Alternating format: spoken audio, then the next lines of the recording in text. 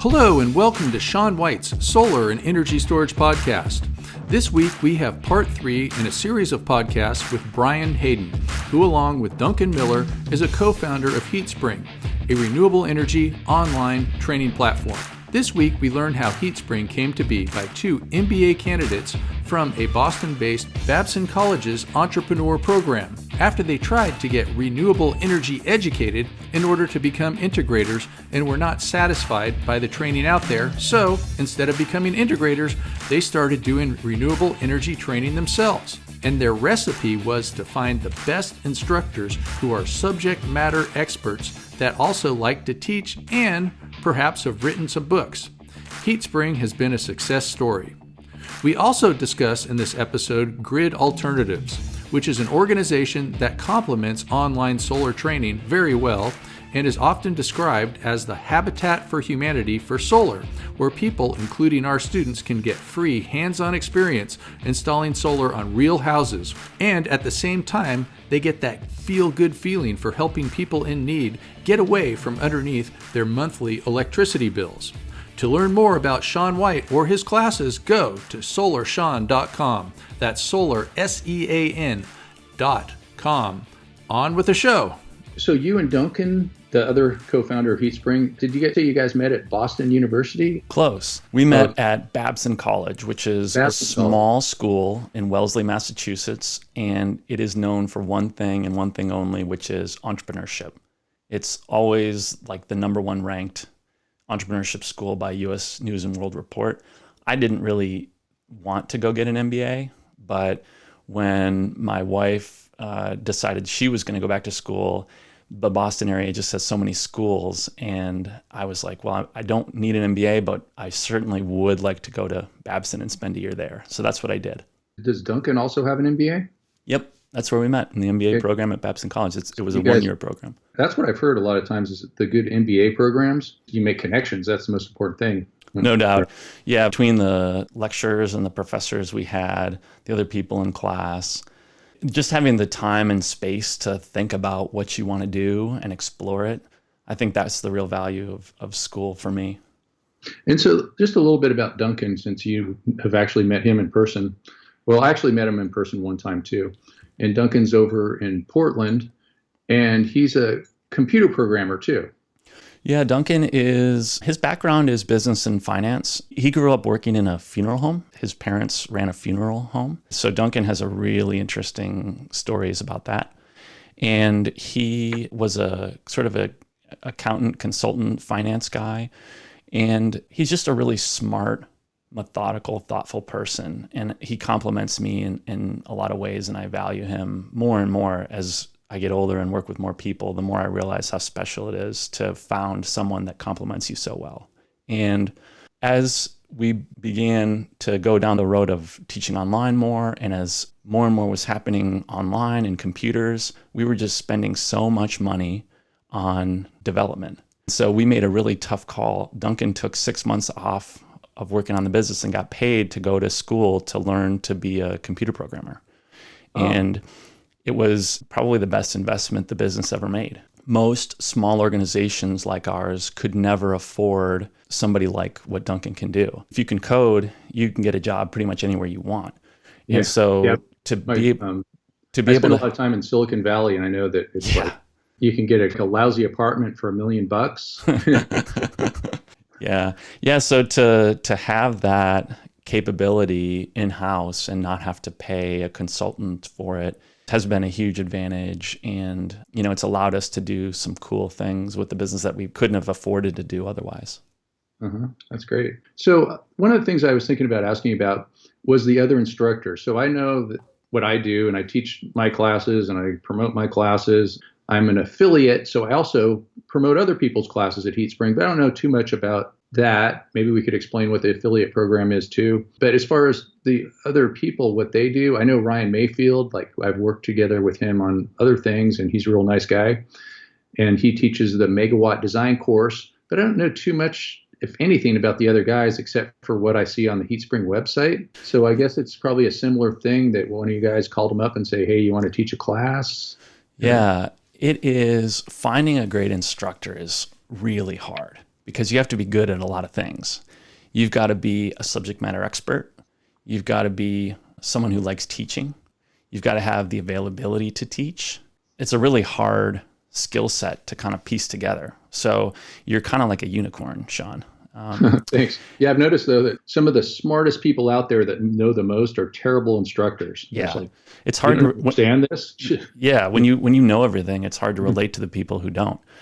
So like E equals MC squared, duh. Yeah. So meeting and talking to and getting to know the instructors is probably my favorite part of the job.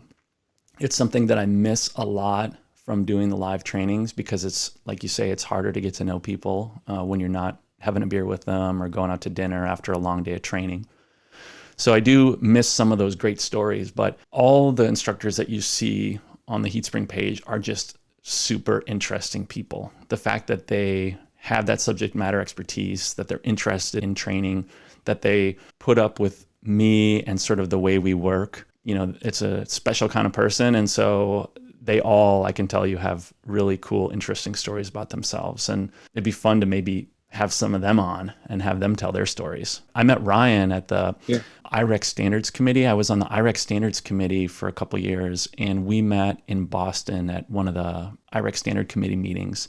And I made a presentation on online learning. And I kind of got a lot of blank stares. This was before, this was at a time when everyone said, well, you can't learn solar online because you have to be on the roof. And I agree that there are parts of the job you cannot learn online. There's no substitute for experience, but I was making the case that there's so much you can do online. And afterward, I wasn't sure if anybody thought that what I said made any sense. And afterward, Ryan reached out to me, and that's how we met. And he said, I do think that there are some things that we could do really well online. And that's what led to his megawatt design class. Yeah, and another thing that for the hands-on training, it's like grid alternatives. If anybody can do grid alternatives, I even have some students that have even taken my live classes and don't even live anywhere near a grid office. And they'll take an airplane and go do installs for grid alternatives. It's free. You're helping out people and you get great hands-on experience. So it's very complementary to what we're doing. Yeah, tell me more about grid alternatives. I know a little bit. How does it work? And that sounds like an incredible model, actually. So grid alternatives is sort of like the Habitat for Humanity for solar. They're very successful. They're a nonprofit. They get grants and things like that to do solar, and a lot of it has to do with low-income neighborhoods. They have approximately 10 offices around the United States, and it's kind of funny. I live right near their headquarters in Oakland, but I'm a lot closer to their office in Washington, D.C. because they have me go out there twice a year and do trainings. The first time I ran into grid alternatives, I was hired by Solar Living Institute. They're a solar institution that's been around. In fact, the guy that started it is one of the guys that may have sold the first ever solar module, John Schaefer. But they hired me to go teach 20 or so grid interns in a yurt. And so it was the best class I ever had. I just loved it. And after that, I said, when I retire, I want to be a grid intern. So they're just great people, great energy. And everybody that I've ever met there is just a great person. And you can go on their website, you can sign up. They give you some in-person training on safety and things like that. And then once you've got past the in-person training on safety and all that kind of stuff, they will take you up on a roof and you'll do a solar installation. We've tried to even use that model in some of the live classes that I've done. I've worked for a lot of different places doing live classes, and it's just never worked because of insurance purposes and things like that. And so somehow grid alternatives has made it work. Sometimes they will even be the one that distributes money for different programs. In California, they do a lot of things with Native Americans, and they do things with people that don't have a lot of money.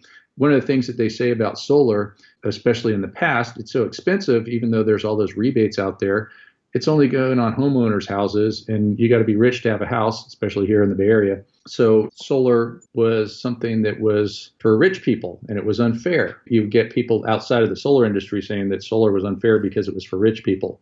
So grid has been out there changing that also, making solar a big benefit for people that are not rich. Is it easy or hard if you want to volunteer for a grid installation?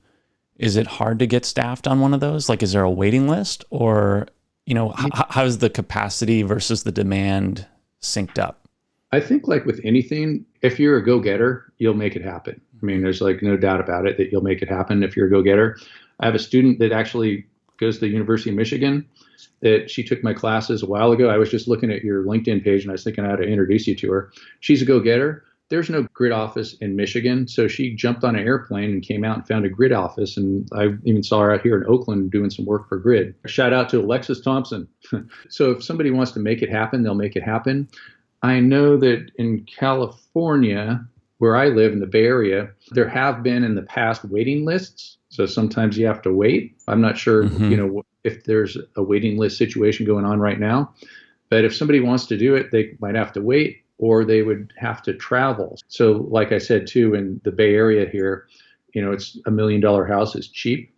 So what people would do sometimes is they would go up the North Coast and go on a drive and go do an installation up there. If there was a need for more folks, I feel like we could get a lot of people excited to go do that. That would be a fun project. Grid Alternatives is really cool. And I know for the interns, we have a program where we discount classes. Mm-hmm. So if anybody's an intern out there, let us know and we'll give you a good deal. Yep. Great. Yeah, it would be kind of neat to have a closer working relationship with them. Then we could donate money to them. Yeah, that would be really cool. Sounds great. Thanks for listening to Sean White interview Brian Hayden, the co-founder of HeatSpring, which is the premier online renewable energy training platform. To find out more, go to solarsean.com. See you next week.